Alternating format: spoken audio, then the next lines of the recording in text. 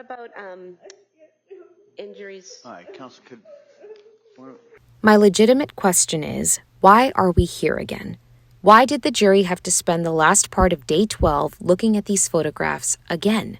Why are they hearing in graphic detail how these children died? Again. Because unless I'm missing something, the Commonwealth already presented substantial evidence establishing how these children died. Medical examiners have already testified about the injuries to Cora, Dawson, and Callan. They've already seen photographs. They've already heard evidence about these exercise bands. Now, there was specialized testimony that added something. Dr. Renee Stonebridge, the neuropathologist, testified about hypoxic ischemic changes in Callan's brain, basically brain damage caused by inadequate blood flow and oxygen. And I understand the evidentiary purpose of that. I'm just not understanding the timing. Why couldn't this have been presented with the rest of the medical testimony? And then they continued. There was more medical testimony, more photographs, more graphic descriptions of these children's injuries and deaths, and Lindsay is actively losing it at the defense table. Now let me put a pin in that. I understand that some of this is unavoidable. This is a murder trial. That's not lost on me. What is lost on me is what the Commonwealth is trying to do here. And yes, before the keyboard warriors start, I understand that the Commonwealth still has the burden of proving its case, even though the defense concedes Lindsay killed her children. I get that. The only thing I can think of is that this evidence is going toward proving deliberate premeditation or extreme atrocity or cruelty. Okay, fine. Extreme atrocity or cruelty specifically asks the jury to consider the manner and means of the killing and the effect on the victims. But again, my question stands. Why are we hearing about this at the tail end of week 3 instead of when all of the other medical testimony was presented, when the jury was already receiving all of that other substantial evidence?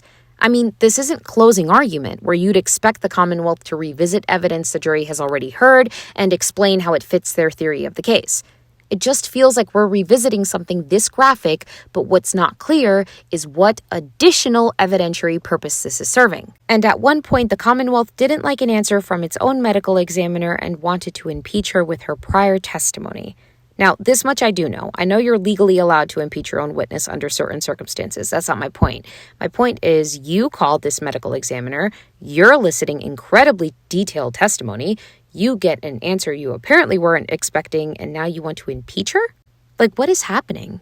It just feels like overkill, and this is where I did a little digging. I wanted to know about Massachusetts evidence law because I wanted to make sure there was actually a legal concept behind what was bothering me, and there is. Under Section 403 of the Massachusetts Guide to Evidence, even relevant evidence can be excluded when its probative value is substantially outweighed by things like unfair prejudice or needlessly presenting cumulative evidence.